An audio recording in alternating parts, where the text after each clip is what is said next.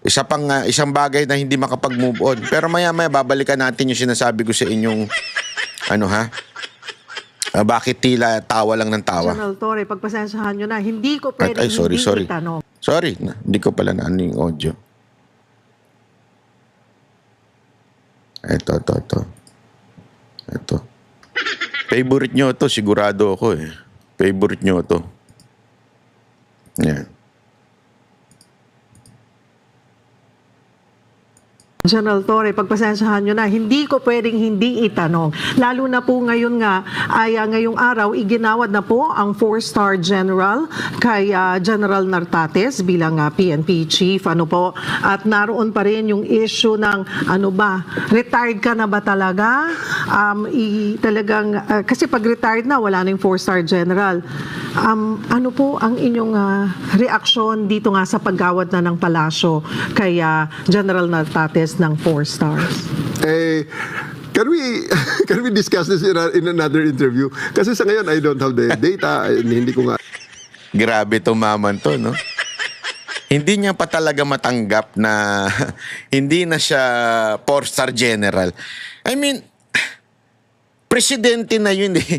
Presidente na yung naggagawa. Di ba? Yung picture nila ni Nartates. Tsaka nung presidente. Si BBM. Si BBM na yung naggagawad nung estrella ni Nartates bilang PNP chief. Ang sagot pa nito, wag muna natin pag-usapan yan. Wala naman talagang dapat pag-usapan. Wala. Because you're out. As simple as that. Ano ba? Ayaw bang tanggapin? Ayaw mo bang tanggapin na sinipa ka na dyan? Sinipa ka na sa PNP? Ayaw mong tanggapin? Tinanggal ka na. Ganun lang kasimple yun. May yaya ka naman, Torre. Ano ba to? Kapalan na lang talaga ng muka. Sa bagay, makapal talaga yung muka mo. Di ba? Noon nga, nung panahon ng KOJC, tsaka ng KOJC Seeds, at tsaka nung pagdala kay Pangulong Duterte, sobrang kapal na mukha nitong animal na to eh. Talagang kapala na lang ng mukha eh. Tinanong siya, ayaw niya pang, simple lang naman yung sagot. Ano masasabi mo? I wish him well. And I support the commander-in-chief. Ganun lang eh. Bakit ano sasabihin mo pa? Hindi. Tsaka na natin pag-usapan yan kasi meron pa mga alamin pa. Nagaya ka na kay Marcos? Ano po ang inyong reaksyon dito nga sa paggawad na ng palasyo kay General Nartates ng 4 stars? Can we discuss this in another interview? Tingnan mo na. Nahawa to kay Marcos eh. Di ba? Kay Marcos yung pagka hindi na alam ang sagot, tatawa na lang.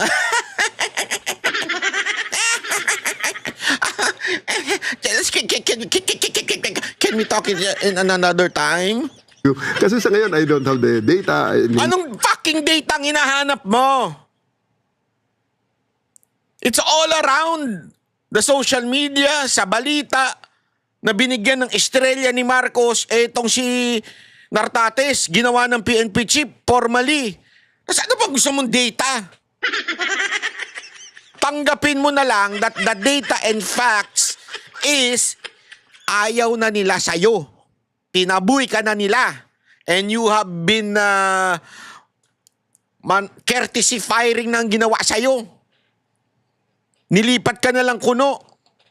Di ba? Para lang masabing, eto. Tingnan mo to, simpleng-simple lang. Aminin mo na kasi. Aminin mo na lang. Ha? Aminin mo, nilaglag ka ng administrasyon. Aminin mo na lang yan. Isipin mo from PNP chief, tinanggal ka doon, nilipat ka sa mas mababa. Saan ka nakakita ng ganun? Ikaw lang yun, only you. Tapos, pagkababa sa'yo, hindi pa nasatisfy yung parusa. Tinanggal ka pa sa PNP, bas binaba ka pa ngayon. Antakin mo, babang-baba ka na. Hindi ka ba nahihiya niyan sa sasabihin mo, I need data. Move on. Hindi ka marunong mag-move on eh. Ikaw yung jowang, may jowa ng iba, yung jowa mo, yung ex mo. Tapos pag tinanong ka, anong nararamdaman mo? Na yung jowa mo, meron na siyang jowa ngayon, yung ex mo. Hindi ko kasi talaga alam. Ngayon ko lang nalaman. At alamin ko pa kung ano yung kwento tungkol dyan. Kasi di ako sure eh. Pero ngayon ko lang kasi nalaman eh. Hindi mo kailangan ng malaman. You do not need to know what happened doon sa jowa mo, na ex mo. Simple lang yung sasabihin mo, sana maging masaya siya doon sa feeling nung ex, yung bago niya. Oh, sana wag niya nang ulitin lahat ng katarantaduhan niya noon. Pwedeng ganun eh, di ba? Pero hindi kasi alamin ko pa eh. Aanuin ko pa talaga eh. Hindi ko pa kasi, ngayon ko pa lang nabalitaan. So iisipin ko pa yung reaction ko. Diyan, parang ganun. Ayan na, may pinapakita na yung picture na binibigyan na ng 4-star itong si Nartates. Alam mo, sa totoo lang, mas mabuti pa si Nartates kaysa sa'yo eh. Sa totoo lang I really do not know Nartates, but one thing for sure, he is a very professional person. Yung dating, very professional. Hindi mahilig sa social media, hindi mahilig magpa-media. Actually, marami ako nakikita mga accomplishment. Hindi siya ang nandun eh. Kung sino yung commander o kung sino man yung na-head nung operation na yun ang nandun. Siya hindi yung papapel-papel, which is so professional. That is professional for me. I do not know kung paano siya magtrabaho. That I do not know. But one thing for sure now, hindi siya katulad mo takaw camera o bida-bida sa camera. O mayat maya nasa camera. Hindi ko alam kung gusto mo mag-artista o nainggit ka kay Diwata. Hindi ako sure kung ano ang kinaiinggitan mo sa ibang tao, ba't panay ang camera mo? Mantakin mo, general manager ka lang, panay ang video. Panay ang ganyan mo. Hindi ko nga alam kung ano ang mga nangyayari sa parting yan because I'm so focused here in the MMDA job na ito muna ang ating tinitingnan. Ngayon ko lang din nandito ako sa studio nang mabalitaan ko yun. So, I really cannot comment on it as of the moment. Is this something na you want to discuss first with the President? Tingnan muna natin ang mga... Let me think about it, no? Hindi maka-move on. Let me think about it. Ano pa iisipin mo? Pambihira ka, oo. Ano pang iisipin mo? Wala na, Brad. You're out. Ano pa? Congratulate mo na lang si Nartates. Congratulations. Pangalawa, sabihin mo na lang na it is the choice and decision of the president. Diba? Kung sino ang karapat dapat na naandyan. Ang dami mo pang hanas, bata ka. Grabe ka rin no? Tatawa talaga ako dito sa tao na to, no? Hindi makamove on, pambihira. Let's just discuss this in another interview. Babalik Huwag kayong ka, mag-alala, sir, babalik tayo rito. Promise babalik Yes, ka po ma'am. sa iba na lang, sige kung ayaw mo muna. Yun nga po yung optional retirement and even yung sinasabi ng iba ring officials na secondment, yun po ba ay na-plansya na or hindi pa rin? Huwag muna rin. Huwag natin i-discuss muna kasi Alam mo, grabe itong grabe itong host, pero magaling din siya eh. Sinabi na ngang wag, pero nagbibigay siya ng mga statement na maaaring sagot ni Torre at inaantay niya talagang, alam mo yung sumang-ayon. Kasi kailangan ng importante kasi yan sa mga nag-i-interview that they would get sound bites from their na ini-interview nila, from their subject o from the person na ini-interview. So, kailangan ng soundbite. So, naghahanap siya para magkaroon ng soundbites. Di siya kinakagat. Talagang si Torre, parang bitterness to the max.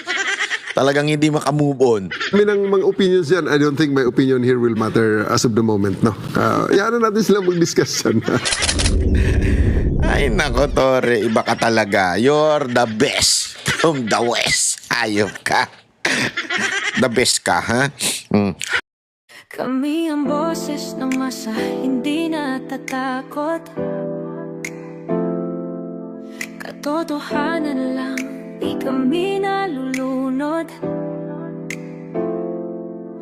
Walang bahid ng sismis, lahat ay totoo. Kahit sino ka pa, pag mali ka babanatan ka. Walang pinipili kulay, wala kaming kinikilingan. Basta para sa bayan, kami lalaban. Pag tama palapakan, pag mali banatan. Di matitinag, di matatakot, para sa bayan tuloy ang sigaw. Sa harap ng kamera, walang halong takot. Mga baluktot, lahat kayo'y tutumba. Ang hustisya at totoo, yun lang ang mahalaga. Kahit sinong harang, di kami matitinag. Walang pinipili